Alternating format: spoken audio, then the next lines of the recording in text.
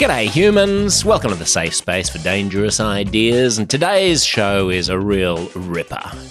John Anderson was the 11th Deputy Prime Minister of Australia, that's the equivalent of the Vice President in Australia, in one of the most influential and reformist governments, the Howard government. He was Deputy PM from 1999 to 2005.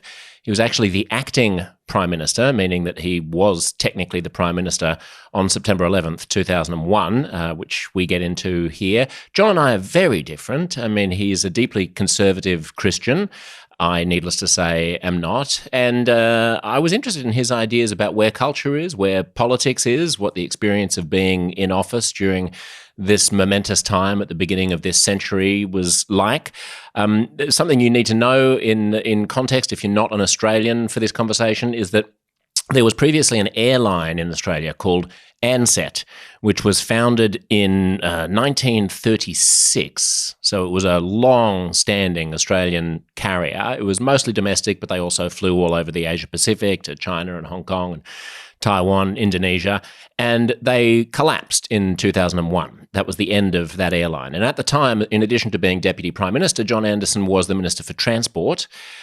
He was dealing with the collapse of this major Australian company. It wasn't actually technically Australian at the time. It was a member of the Star Alliance. It had a part share from Singapore Airlines. It was mostly owned by Air New Zealand. It had been going through troubles for a few years.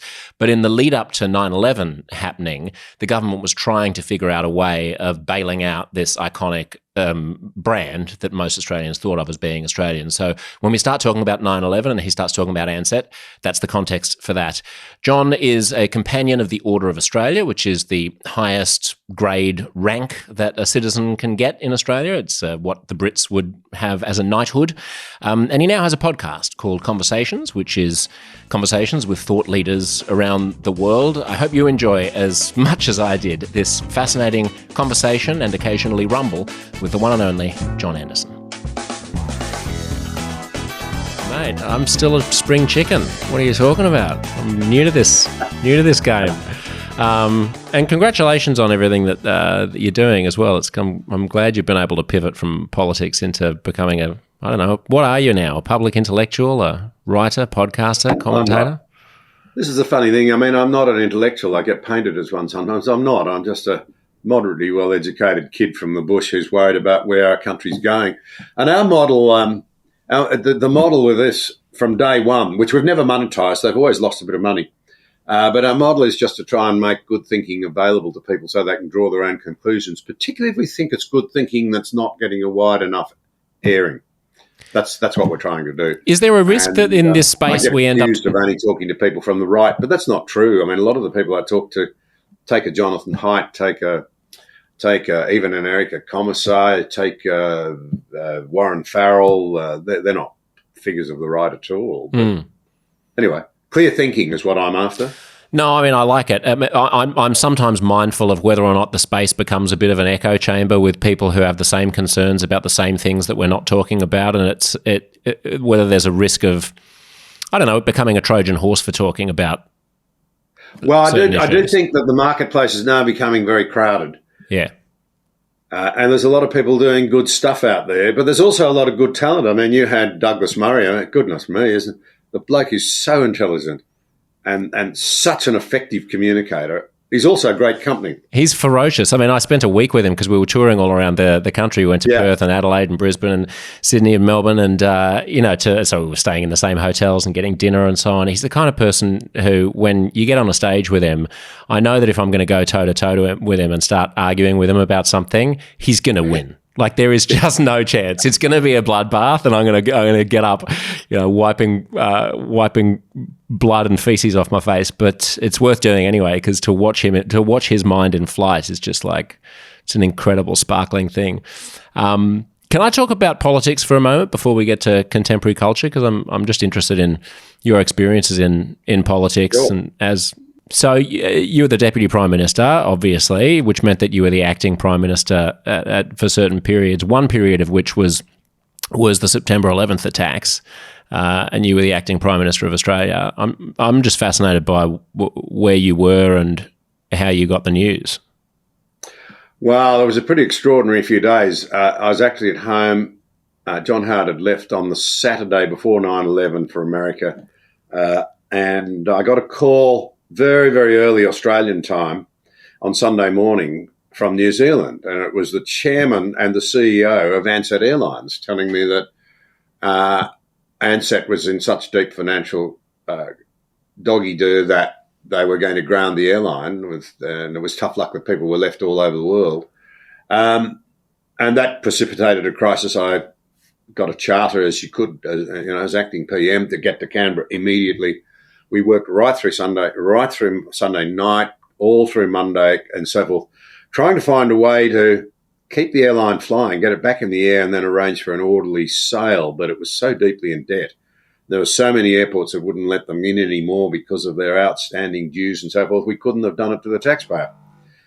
But the reason I background that was to say that by the time 9/11 came around, I had gone to bed utterly exhausted, probably tireder than I'd ever been in my life, because we'd just walked through Sunday night, Monday night, a couple of cat naps, and that was it. Really desperately trying to save that airline. Wasn't Australian, but, we were very attached to it, and it meant a lot to a lot of people, including those who were stranded. And then my press secretary rang me, and I was in that deep fog of sleep. I'd only been asleep for an hour or so. And I hit the mobile phone so hard that it stopped, and then it rang again. He said, "Get your screen on, get your television on." I was in a strange motel in Canberra. The remotes didn't work. You wouldn't believe it. The batteries wouldn't work. So I had to try and work out through the fog how to turn the thing on manually, just in time to see, the horrific events still unfolding. And I remember thinking, this can't be real. I think that's what we all thought at the time.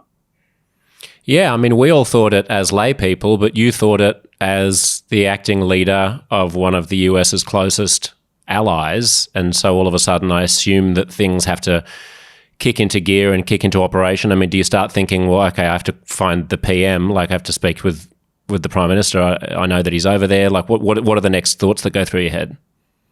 Well, all of the above. The phone started ringing madly. My Chief of Staff, Peter Langhorne, a remarkable Australian, the Australian Federal Police, and then Defence Signals rang me. I spoke to Alexander Downer. Then Defence Signals rang and said, we can patch you through to the PM, because we didn't know until then what had happened, where he was, whether he was all right. He's in the basement of the Australian Embassy in Washington. He's safe and sound. They gave me, I think it was a 7-digit number. I wrote it down on a bit of paper and then rang it, as I recall, and it was the clearest line I've ever had, Josh. The spies know how to create a clear line. Yeah, what else have the spooks got? Yeah. Why can't we talk like this all the time? I was tremendously proud, actually, I have to say, of all of our people at that stage. We tripped into place such counter-terrorism emergency measures as we could.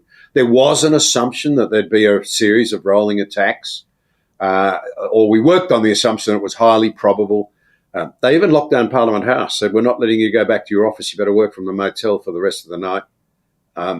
Anyway, by next morning, I was astonished that people were able to tell me with a very high degree of certainty who'd been behind it and how it had been masterminded. They were very, very quick to piece it all together.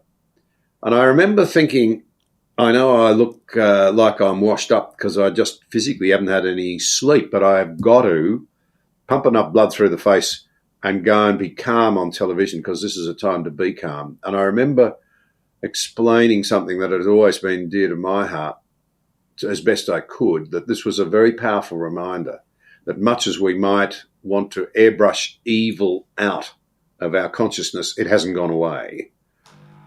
And that was relevant at the time, because remember 2001, it was only, 11 years since the Berlin Wall had come down. We all thought democracy had won out. We thought it was a mopping up operation. Freedom and light and prosperity would spread across the globe. Francis Fukuyama wrote The End of History, which was a play on Karl Marx. Karl Marx said the end of history will be, a socialist nirvana. Fukuyama was saying, no, it turns out to be democracy and freedom and free enterprise. And he was this terrible shock that, no, there were still people who despised everything that we held dear. Were we too smug? Sorry? Were we smug in the 80s and 90s?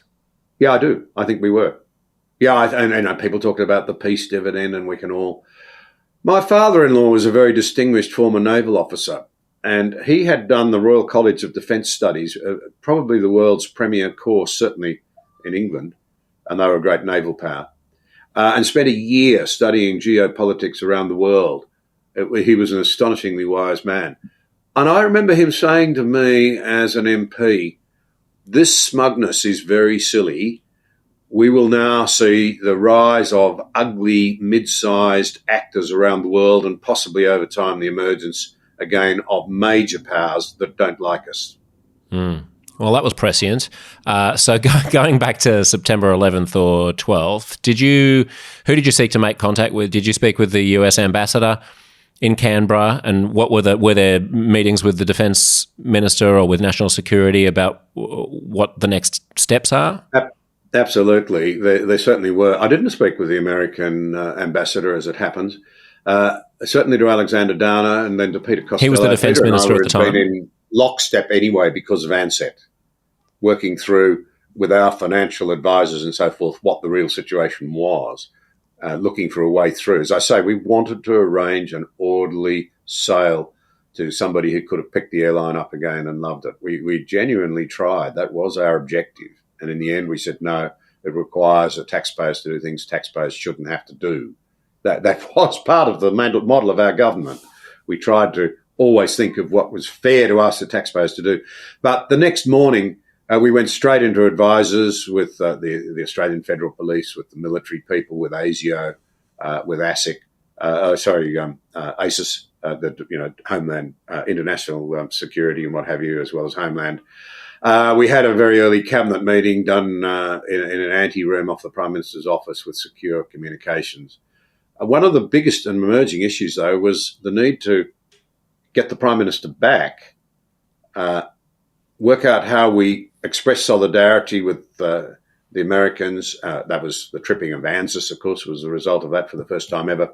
And then there were also other issues like how do we get the PM back here, as I say, given that the Americans have closed all airspace.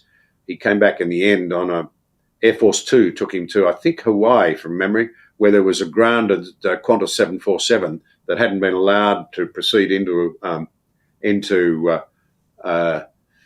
America, and it came home with the PM from Hawaii after Air Force Two had delivered him that far. Air Force Two is the Vice President's plane, I believe. So the Americans lent that to us, did they, and opened the airspace for him? Yeah. And then, things always go wrong. It couldn't land at Canberra because Canberra was equipped to take, as long as it wasn't fully laden, it could take a 747. Unbelievably, I won't elaborate too much, but somebody had forgotten or had slept through and not got the tower operational. So I was Transport Minister. I tell you, I was pretty unhappy. John Howard had to circle back to Sydney and then catch another plane down. I don't know how the man's stamina took it. And we had to start to grapple. We had immediately went into cabinet. And we spent a lot of time talking about what had happened, a lot of time talking about the tripping of ANZUS, a lot of time about the emerging evidence that Afghanistan had been training ground central for all this stuff and that action, was likely to be there, had to be taken there in some shape or another. But we also spent a great deal of time working out how we could meet the workers' entitlements for ANZET workers who'd lost their job. God, talk about wearing a bunch of different hats at the same time. You're dealing with the biggest national security crisis in a generation at the same time as you're trying to save an airline. It's a bit of split screening. Yeah, well, I've often fessed up that as a person of faith, I was praying. I'll tell you that. And I'll tell you the thing that I was praying was that I would not fail in some way because there are experts everywhere. But the buck would still have stopped with me in those 3 days if something had gone wrong and Australians had died because I'd missed something. And the other thing that occurred to me was that I just had to put self-interest completely aside. See, in the darkest few hours of it, I thought there was a real possibility that this would lead to major economic collapse. It certainly shook the foundations. I think in some ways the origins of the GFC happened in the loosening up of credit. Of the financial crisis in 2007, 2008. I'm just translating because about half of our listeners are in the US, and the GFC is a nice Australian acronym that nobody else understands. Yeah, well, I think, I think the loosening of credit, became what were they, the jingle loans and all the rest of it in the US. So it sort of had its genesis then as governments tried to reassure, the marketplace that the economies would survive this and what have you. And the other thing that kept occurring to me was, you just have to put self-interest aside. It doesn't matter whether you or your party get minced. What matters here is that I meet my responsibilities to the country as best I can. And that's a liberating thing in a way. You put self-interest aside. Mm. And was there... I'm not claiming to be a hero. I'm not trying to say I'm super clever. I'm just saying it was for me very real. I mean, I remember thinking in terms of, a captain might want to jump off the bridge and swim for land. Well, I haven't got that option. Yeah. No, so I hear you. You deal with the job at hand. I mean, it's your job. And were there conversations at the time about what the potential response was likely to be? As you said, ANZUS, which is the Australia-New Zealand-US Defence Alliance, had been invoked, which meant that we were probably going to go to war one way or another. Were there conversations at the time about how broad our commitment would be, or was it that too premature? No, it was premature at that stage. I think by the time John Howard got back, we'd realised that there'd been no follow-ons. I remember him emphasising to us that because he'd been on the ground, it was critical for us to understand that he had seen, as in a way that we hadn't, how it had stirred the American psyche, how it had stung them, how deeply it had hurt them, and how resolved or how determined they would be to ensure that it didn't happen again and that the perpetrators were appropriately punished. Mm. And their training grounds lost. And I have to be really honest and say this far out, I cannot remember how much detail at that stage we had to discuss around Afghanistan, but of course it didn't take very long for that to emerge. Was he shaken, John? Do you remember? Was the Prime Minister shaken when he got back from having been in Washington? Did he seem any different? I would say sobered rather than shaken. You saw the quality of the man. He recognised how serious it was. He was enormously sobered by it. Shaken would be the wrong word. It would be to be unfair. I think, he was a leader. He knew that the times demanded that he maintain his focus and do his level best. How he fought through the physical exhaustion of it all, I don't know, because like me, he'd been on a different time zone anyway, but he'd been working through night and day. He was on the phone all the time. What can we do about Ansett? What are the real numbers? How do we get people home? No, he was a model of calm reason, but very sobered. Mm. And then you were also the acting Prime Minister when 88 Australians lost their lives in a series of terrorist attacks in Australia's number one international holiday destination, Bali, about a year after 9/11. What are your recollections of that? No, I wasn't that time. I've seen it written that I was several times. It's entered the mythology somehow. I thought maybe you were just a jinx. I remember hearing it sort of in the very early morning news. At first I heard, I was actually at home on the farm, which I wasn't very often in those days, I have to say. I remember sort of working through my slumber to realise just how serious this was.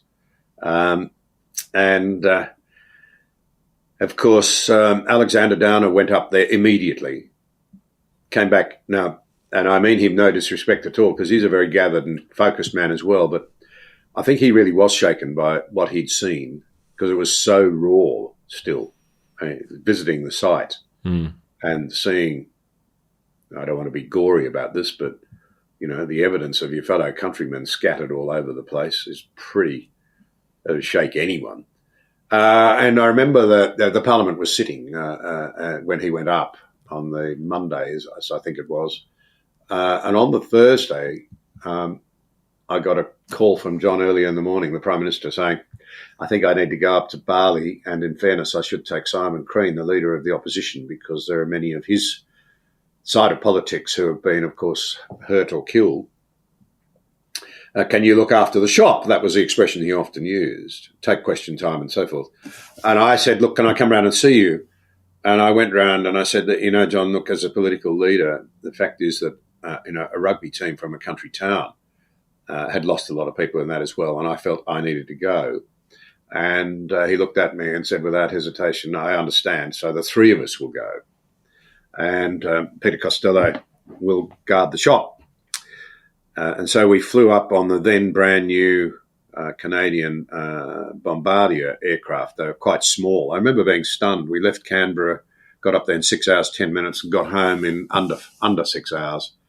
But it was a shaking experience. It was absolutely shocking. And to meet with the grieving relatives still waiting to have bodies identified and so forth, it really does shake you. And I tell you one of the thoughts that I had at the time, and it related back to 9/11 and then that. I won't name him, largely because I couldn't pronounce it anyway, but the French foreign minister scoffed. What is this talk of good and evil? We Europeans gave up such basic notions years ago. And I thought, how else do you describe this? If it's not evil, are words meaningless? And of course, there was a front page picture. I've lost contact with him now, but a great Australian. And he'd gone up because his mother had gone up there and been killed. You know, a middle-aged lady. He was quite young.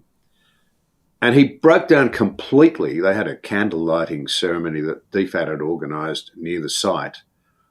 And it was eerily peaceful and beautiful, I have to say, not so very far from where the mayhem had happened. There was a lot of emotion, a lot of raw emotion in the air, and this young fellow absolutely broke down. And I remember thinking, the only human thing to do is to jump up and try and give him a bear hug. And of course, that picture was actually the three of us. It was on the front page of the Australian. I kept it for many years, and I sent him a framed copy. But when you see that butchery exercised in the name of some political cause or series of beliefs in such utter disregard for your fellow human beings, that does shake you. Did it shape your ideas about the world and your ideas about the struggles that we would face? Not shape. Philosophically, I am basically conservative, so I don't believe that human nature ever changes, you see. So shape would be the wrong word. Confirm my worst fears about what humanity is capable of, I think would be the better word. And it takes me to a place where, see, as a young man just out of university, I read the then great book that everyone was reading, The Gulag Archipelago. I know everyone quotes it.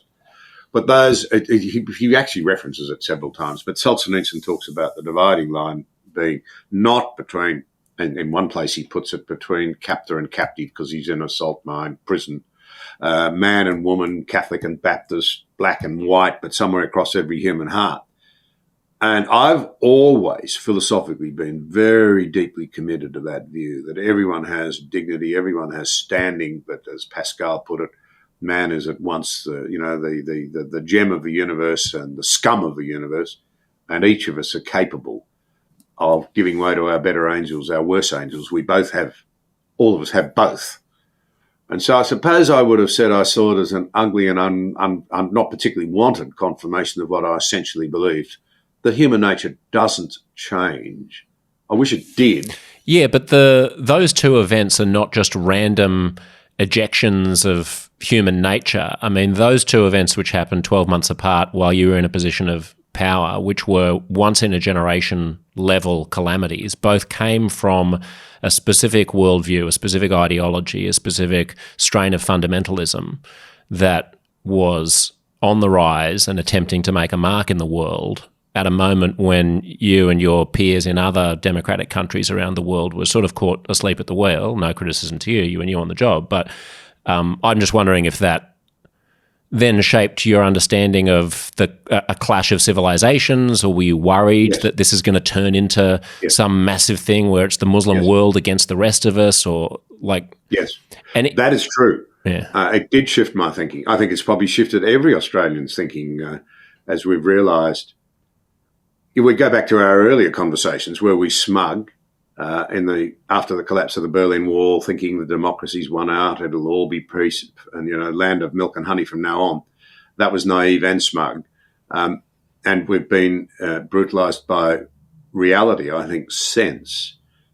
Now, I want to put this sensitively. I don't want to get hairs running here, but I do think we have to ask hard questions about why so much of the terrorism we see in the world today seems to be driven or allowed to grow unchecked in Muslim communities. And I think that is a major challenge, frankly, for adherents of the Muslim faith. I don't think it can be put any other way. And if they don't rise to the challenge, you will see a reaction. You're starting to see it now, I believe, with people being genuinely worried. I mean, why is it that the leaders of this faith are not able, to stop the radicalisation of their youth, for example? Why they're not able to say, when you come to Australia, you leave ancient hatreds behind? Why it is that so many of them find it hard to embrace the idea that we are deeply committed to, of a democracy, not a theocracy, where we separate the sacred from the secular. It doesn't mean that one can't inform the other. It doesn't.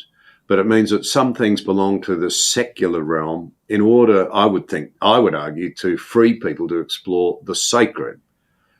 Sometimes people get it wrong, I think, in the once Christian West, when they say that we had to separate the two for the sake of government and the community. Actually, the genesis of the idea of separating the two, saying the secular is a different world to the non-secular, comes from that saying of Christ, render unto Caesar that which is Caesar's, governments, that which is God's, God's. That's where I think our philosophical commitment started, at least, to separating the two. But I did have, and they're both. I mean, they're consistent. I mean, the great thing about a separation of church and state is that it serves the person who wants to be wildly religious in their own home as just as much as it serves the person who's an atheist in their own home. But I mean, wouldn't the average Muslim though say that they are deeply committed to that idea, and that it's a sort of a slur on their faith to take the extremists in their midst and argue that derives from something that they're culpable for just because they share a faith, in the same way that we might bristle at all men being accused of failing the sisterhood for not doing more about, I don't know, male murderers, or that Christians are responsible for people shooting up abortion clinics or whatever. I accept that, and I think that is right. But I think I am saying that in the interests of avoiding, if you like, a rising tide of resentment and fear, I do think there needs to be a more outspoken rejection from the leaders of the Muslim communities in Western countries, if you're not to see the surge of, frankly, fear, phobias even, which can drive unfortunate outcomes. And I think one of the issues that we do have to grapple with, I was quite struck by this. It fell to me to meet with Saif Gaddafi when he was in Australia. This was one of the times when I was acting PM. And Woodside wanted petroleum exploration licenses in Libya. And at that stage, Libya was coming out of the freezer because Colonel Gaddafi was beginning to show some genuine sort of repentance over Lockerbie and so forth. And sorry, who was Saif? Was that Muammar's son, or who was Saif Gaddafi? Right. Yes. He at that stage was studying at LSE in London School of Economics, and I met him.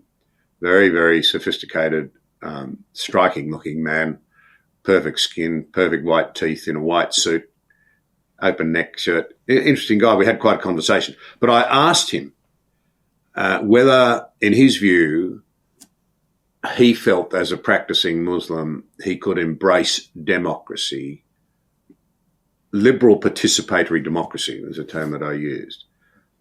And over about 45 minutes, he explained to me that in the end, no, he couldn't. He believed in a theocracy where the mullahs, the judges, interpreted the scriptures and so forth of the Islamic world and applied them.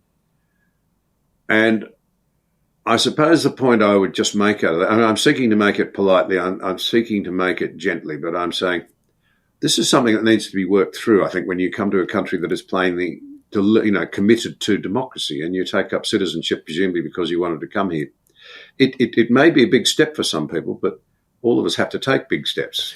Is it something we want to do? Because I think we are right to wed ourselves to the separation of the sacred from the secular. If it's that intrinsic, then were we wrong, John, to expect what we did out of the Afghanistan and Iraq campaigns, to expect that we would be able to transform those countries into countries that appreciate that distinction? It's a very good question, and I don't dismiss it. I think what I would say is that there were centuries. I had the opportunity to put that very question, it was in present tense, not past at the time, to the then President of the United States, George Bush. I asked him that very question, do you think people who have something of a commitment to the idea of theocracy can embrace participatory democracy as we understand it? And he said, perhaps not as we understand it. But once we were not good candidates for democracy either. Now, that is true. It's absolutely true. It took years, centuries to evolve. I could add a story about that, talking to some young Burmese, or Myanmar. How would you say it? I use Burma because I don't like military juntas being able to tell me what to say. Well, this was the point. Three terrific young people I met in Yangon about 10 years ago, at the time when the generals looked like they were going to allow for general elections, which, as you know, they did, and then it all went wrong. But they came to me. They were academics. And they said to me, we're deeply frustrated. How, if we're given the opportunity, we think the generals are going to give us a go at democracy again. We think this time they really will do it. And they were quite exasperated. How do we build a modern economy? How do we build a parliament? How do we build democratic traditions? How do we build a judiciary? How do we build an education system? How do we build a health system? And I remember thinking, hell, where do I go with this? Because, and I said to them, I blurted out, it took the West centuries to do it all. The trouble is a bit like Ernest Hemingway's sort of warning when somebody said to him, what's it like going broke, after he'd gone bankrupt at one point in time? And he said, well, it happens slowly at first, and it happens with terrifying speed at the end. And I do worry about our loss, if you like, of our foundational beliefs. So back to your question, I think, can I put it this way? I think some people were probably more realistic about the extent to which those cultures would embrace our models of democratic freedom than others were. And perhaps we've learned a lot of lessons in very hard ways. And the big thing is to learn those lessons, isn't it? As Churchill said, if you're presented with fresh evidence as you learn going through life, you'd be very irresponsible not to change your mind. I mean, there was a bit of evidence from Afghanistan at the time of the lead up to the Iraq War that maybe the thing would be more difficult than some people had said. What do you remember of the conversations in the lead up, in the months before the Iraq War? Did you ever have any niggling reservation in your head going, I don't know, what if it all goes pear-shaped?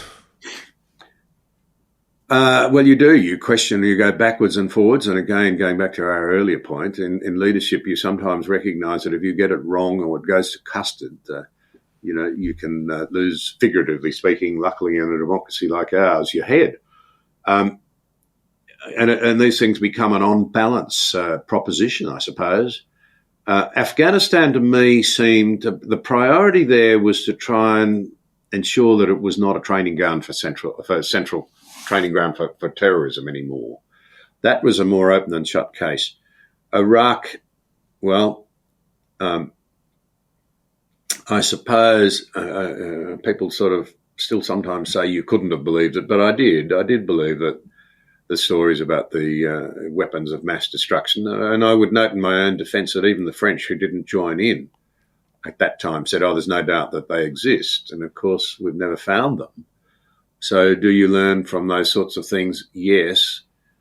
Unfortunately, it does seem to me that we've dissipated our energy. We've become a little more inward-looking and uncertain And maybe that's affecting our resolve when it comes to the enormous dangers now presented by Iran in particular.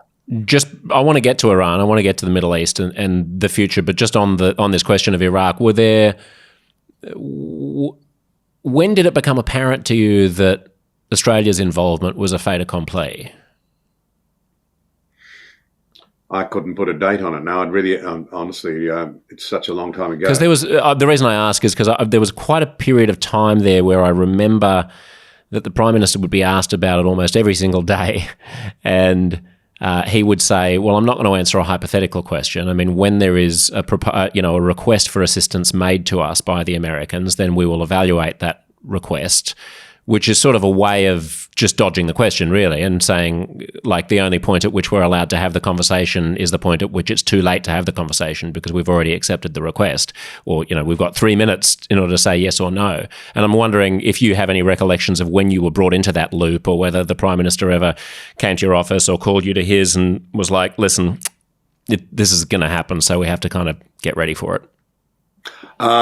Look, there was a moment. I just can't remember where on the calendar that actually happened. I'd have to go back to the archives for that. Yeah, sure. But there was a moment at which, the Prime Minister told Cabinet that we've had, here is the request. But prior to the request? Sorry? But prior to the request? No, when the request came. Right. But I mean, there were weeks or months prior to the request where everybody knew that it was going to happen and everybody knew that we were going to be involved. And it felt like the government was dodging responsibility for a decision that had already been made. So I'm just curious about, if you don't remember, that's fine. But I'm curious about if you remember where your head was at, where it was like, we're doing this thing, but we can't really talk about it. And we don't know exactly what it's going to be. No, I don't shy away from the reality that it was, you pray for a miracle, but you don't think it's going to happen. It became obvious after the various interactions and the pressure that was being applied to Iraq at the time, to Saddam Hussein, that we were not going to get clarity, that action was going to happen, that Britain and America were determined, that we had an important responsibility to recognise global realities, that if we needed the help of bigger countries, if something went wrong in our region, we had to be a reliable ally. Certainly that's the way I saw it. And it was with great reluctance. I mean, I understand that there was a lot of posturing going on. And I remember being peppered with questions about the coalition of the willing and is it real and is it happening and where do we sit in it? And come on, all the rest of it, the shyacking that goes on in the parliament. And I think all I can tell you is that the time came when the Prime Minister said, well, we have a request before us, we have to make a decision, and the decision was made to go. Was that unanimous? It seemed so to me at the time. There have been one or two who have suggested that they didn't support it since, but at that time, yes, it did. And about 18 months into the Iraq war, you made headlines because you were giving an interview and the interviewer asked whether or not you thought that Australia's involvement in the Iraq war had increased the risk of terrorism in Australia. And to your credit, you were honest about it and you said that it probably had. But then the opposition jumped on that and said, see, the Iraq war was a terrible mistake. It's made us more vulnerable, not stronger. And you issued a statement retracting and trying to clarify. Do you think that you were right the first time and you shouldn't have released the subsequent follow-up statement? I think you could make that charge, but I think the view that I really held was that if we didn't confront, if we didn't stand up, we were all going to be greater targets anyway.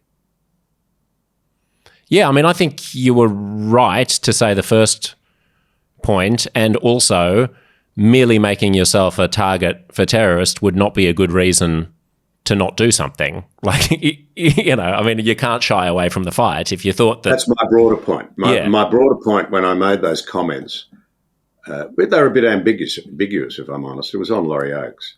I think the point that I would make is that I felt that the greater good was to be found in being honest and in tackling these problems and not shying away from them. And that any intense battle can involve some short-term dangers, but if you're clear-sighted and you believe in the cause, it's in the interests of a longer-term peace and better outcomes. And when you say if you believe in the cause, was the cause that you were believing in the righteousness of the Iraq War or the importance of maintaining the US alliance? I would have said really more the former. You know, the what I saw as a battle against, really in that case, the sort of totalitarianism and what looked to be the extraordinary cruelty of that particular regime. I was very troubled by the way they treated their own people. This is a hard one that still is in my own mind. To what extent do we try and play global policemen, not just in our own interests, but in the interests of people who are living in regimes that are cruel and horrible to their own people? I really struggle with that. I still do. I always have. I mean, certainly if you look at the conditions that Iraqis and Syrians have had to endure and the people in the Middle East have had to endure after the Iraq War, you could make the case that the Iraq War didn't help, and that the conditions subsequently, including the rise of ISIS and other things that can be at least tangentially linked back to the collapse of Saddam Hussein's regime, not to mention the emboldening of Iran, who benefited greatly from the removal of Saddam Hussein, that in the long run, and I suppose in the long run we're all dead, but in the long run, maybe it was not a net positive. Always wise to be easy to be wise in hindsight. I'm not that. I don't mean that as a cheap rejoinder, Josh. I just mean, you just don't know how these things are going to unfold, and you make on-balance decisions and then stand by them. Mm. I often think the model of courage in many ways in the modern era must have been Eisenhower, pacing up and down endlessly, considering whether to launch D-Day, then having it delayed because of storms, and then they're told, the meteorologists tell them there's a window, they'd better go. He writes out a letter accepting full blame if it goes wrong, makes the decision to go, knowing that there's a considerable chance that the whole thing will go to custard completely. Now, the judgments of hindsight would have been vastly different. He knew that if it had gone wrong. But his motivations, I think, were right. And I would argue that our motivations were right. Without denying that it's possible that if you were to relive those times in the light of what you subsequently know, you might make different decisions. Mm. And on jihadist extremism, just the last point on this, and then we can get to today. But if I'd told you back then, in the wake of 9/11 and Bali and Iraq imploding, that we'd be sitting here in 2024, and the world would thankfully largely have escaped any subsequent large-scale terrorist attack. There have been a few tragedies that we can all think of in between now and then, Paris Bataclan attacks, the London bombings, but that the world would basically be at peace inside Western liberal democracies. Would you have believed that? It's a good question.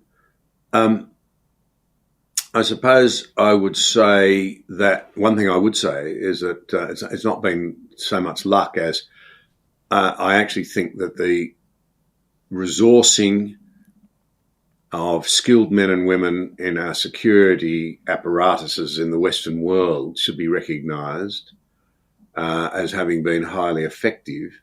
I touched on that earlier. I mean, I think I stand in awe of the competence and the capability of our security people, and I suspect it would have been a lot worse if they hadn't been there. So I don't put it down to chance or luck.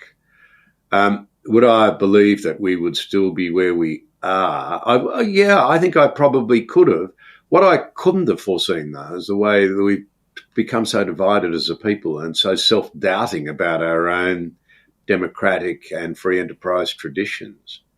That's the thing that really amazes me. Can you put your finger on that? Where do you see that showing up? Oh, everywhere. It seems to me that we now face a world that is quite dangerous in the sense that we face external dangers and internal challenges as well. So, as a friend of mine said the other day to me in a private conversation, he said, it rather seems to me now that we face challenges from not 4 but 5 totalitarian entities in a loose sense. You've got China, you've got Russia, you've got North Korea, you've got Iran. But now you have an amalgam between jihadists and, activists in our own communities. Look at our universities. This is extraordinary. I would never have foreseen that. You don't make a distinction between people who have a reflexive instinct to back the underdog and regard Palestinians as the underdog, as a colonized people, and people who are sympathetic to jihadism? I think that there are too many people who are turning a blind eye to the reality that Hamas, a terrorist organisation, started this, and it's Hamas who could stop it, and who are glossing over the utter barbarity, the subhuman treatment of the 1,200 Jewish people who were slaughtered and those who were taken prisoner. And if you look at what's happening on our university campuses, I don't see how you can not say, just who are you aligning yourself with? Well, they'd say they're aligning themselves with the Palestinian babies and women and children who are being killed. I mean, Hamas started it, if you start the clock, on October 7th, but start the clock in 2008 with the expansion of Israeli settlements, the election of Benjamin Netanyahu, 15 subsequent years of a refusal to engage in peace. Start the clock in 67, start the clock in 48, start the clock 5,000 years ago with the kingdom of King David. It's an intractable problem. So I think the people on university campuses would say we abhor terrorism, and it's an untenable situation to force an entire nation of people to live in squalid open-air refugee camps in perpetuity. But to call it genocide, that's inexcusable. It's not genocide. If they'd wanted to wipe out the people of Palestine, they could have done. Yeah, I'm with you on that. The number of people who live in Palestine has gone up and up and up and up. We forget that Israel is a prosperous democracy where people live to a much higher standard. The Gazans could have done the same. They could have been a new Singapore if they'd wanted to, if they'd adopted a different approach, but they haven't. They elected Hamas. They have had 4 opportunities to embrace a 2-state solution. They've rejected them all. Israel, on the other hand, is a place where there are Arab members in the judiciary. There are 2 million Arabs who live there. There are Arabs in the parliament. I can't see the Gazans welcoming the Jewish people in that same way at all. And then there's the poison that's inculcated in the children, from a very early age, which we appear to have imported to Australia now with the evidence that a baker in the western suburbs of Sydney has been baking some horrendous, cakes and so forth for a 4-year-old, celebrating terrorism and terrorists themselves. So I'm afraid I remain very deeply concerned by what I see as a rise in anti-Semitism, which is hidden behind criticism of Israel. Now, that criticism can be legitimate, but it is plainly being used to hide a rising tide on the part of many people of anti-Semitism. It is utterly unacceptable in Australia today that Jewish people living here, good citizens belonging to a group of people who have made an enormous contribution, our greatest general, some of our best politicians, 2 governors general, the arts, business, that they should feel unsafe in their own country. Well, and that's what I mean, this divisiveness, this coming together of radical jihadism, and the forces or many people who would regard themselves as progressive. You've recently been with Douglas Murray. Nobody points out more clearly than he does how unacceptable this is.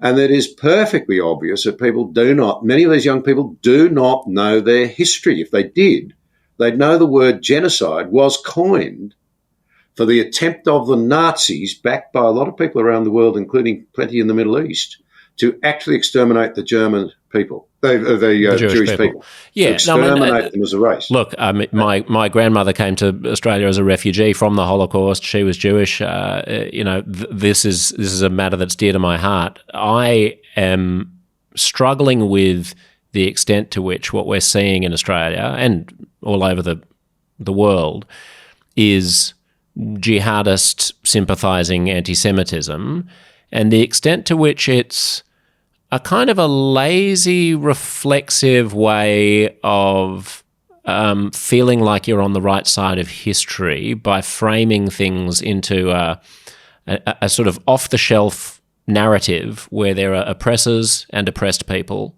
The people who have whiter skin and are wearing suits and have more money and have expensive bombs are generally the bad guys. The people living in rubble who have browner skin are generally the good guys.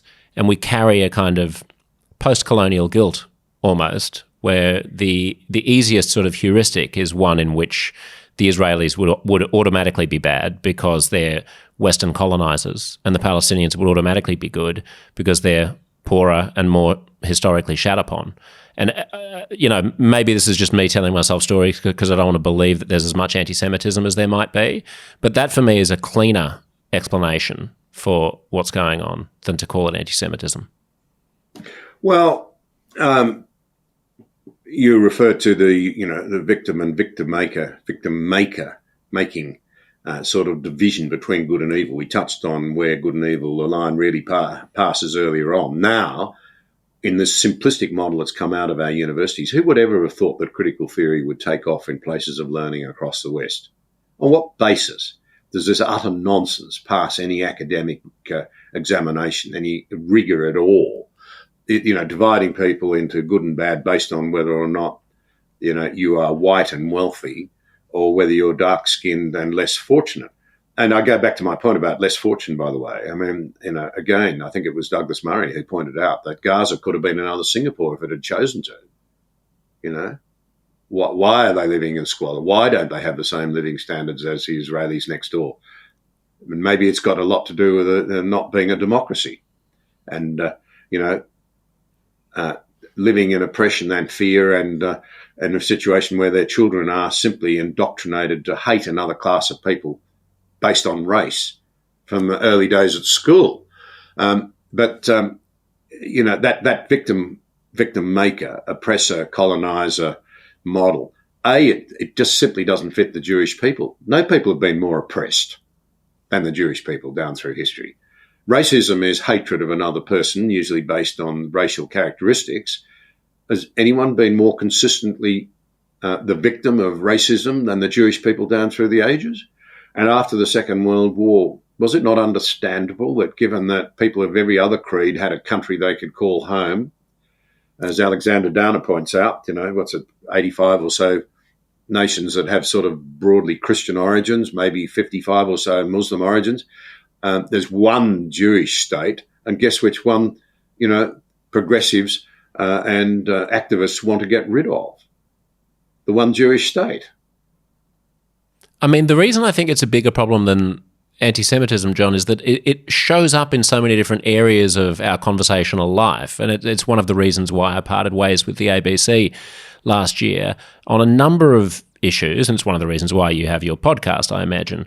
On a number of issues, there's a set way of talking about things that is endorsed by a certain class of university-educated, middle-class, mostly white elite that sets the ground rules for how we think about things. And this idea of there being oppressors and oppressed, a historical legacy of white supremacy that we're all living inside of patriarchy and so on, it has found a way of essentially contaminating all of our conversations. So it's very difficult to be fair dinkum about problems, not just with regard to Israel, but with regard to gender or sexuality or race or First Nations issues without either conforming to a sort of set of social justice dogmas or becoming what I would think of as being a reactionary Sky News host or a Murdoch columnist, neither of which I care to be. But the middle ground is a difficult place to occupy at the moment. And I wonder what you make of that trend, if it's a trend that you agree with, and if so, why it's happening. Well, I genuinely believe you never get good public policy out of a truncated or silenced or distorted debate. I also believe that Ayaan Hirsi Ali had a very important and powerful point to make when she said we're in danger of turning our democracies into emocracies. And then Thomas Sowell made the comment that the problem is not that little Johnny can't think. He can think all right. The problem is not that little Johnny can't feel. He can feel all right. The problem is that he thinks that feeling is thinking. And our age is marked by almost hysterical emotionalism if anybody dares to disagree with you. And in some ways, that's tied up with identity politics. It's tied up with the idea that we've inculcated in our young people the idea that they're the centre of not just their university, but the universe. We've got over our own lives. So if you in any way challenge my thinking, you are challenging my identity and my dignity and worth as a human being. It's in direct contradistinction to the old line attributed to, though not actually spoken as I understand it, by Voltaire, that I may disagree with you, but I will defend to the death your right to say it. In other words, you show the other person enough respect as a fellow human being to say, I won't personalise this debate, and you shouldn't personalise our discussion. We will talk about the facts and we will try and agree, if necessary, somewhere in the middle, or agree to disagree, or we'll come to complete common ground. All of that is being lost. And I suspect that in part, it's because we've actually lost the ability to communicate properly. And I think social media is accelerating that. It's giving us means to communicate, which are second to none. Brilliant. Fantastic, used the right way. But used the wrong way, it actually deprives us of the ability to engage humanly. And I think you and all of our listeners will know that there have been times when we've sat opposite people at a dinner table or something where we felt rising emotions as we disagree with them, and had to, you will because you're a civilized human being, and I try to. You have to suppress those feelings of anger and say, well, I must respect this person's point of view. And if I'm concerned about their perspective, what I ought to do, rather than go at them like a battering ram, is ask them the polite questions. Why do you think that way? Why do you believe that? Have you heard the alternative view? Can you understand that I see it differently? Sometimes questions are better ways of respectfully engaging, I think, in that circumstance. But I suppose at its most base, Josh, I would say to you that I think the biggest single driver of this is the abandonment of the idea that came from the Judeo-Christian heritage that a higher authority has said whether I like you or not's not relevant. You have worth and dignity because a higher authority says you have. All, as Robert Menzies put it, all souls are equal in the eyes of heaven. And I think in rejecting and no longer understanding that sort of concept, it feeds the tribalism. I am God over me and my life. I will do as I please. Everything belongs to me, including my body. If you dare to offend that in any way, then I will take you on. And one of the great problems that goes with it, as Rabbi Jonathan Sacks observed, is that we've lost the ability to forgive. We've lost the capacity to understand that we're not always right, that sometimes it's our fault, that we will want to be forgiven, and therefore we ought to forgive others. I think that's really important. I actually said to him, what happens when you forget how to forgive? And he said, well, that's really difficult in a social media age because things can be dredged up for decades later. And he had outrage archaeology, as I call it. Yeah. Would you call yourself a free speech defender? Yes, I would. But I would make this reservation.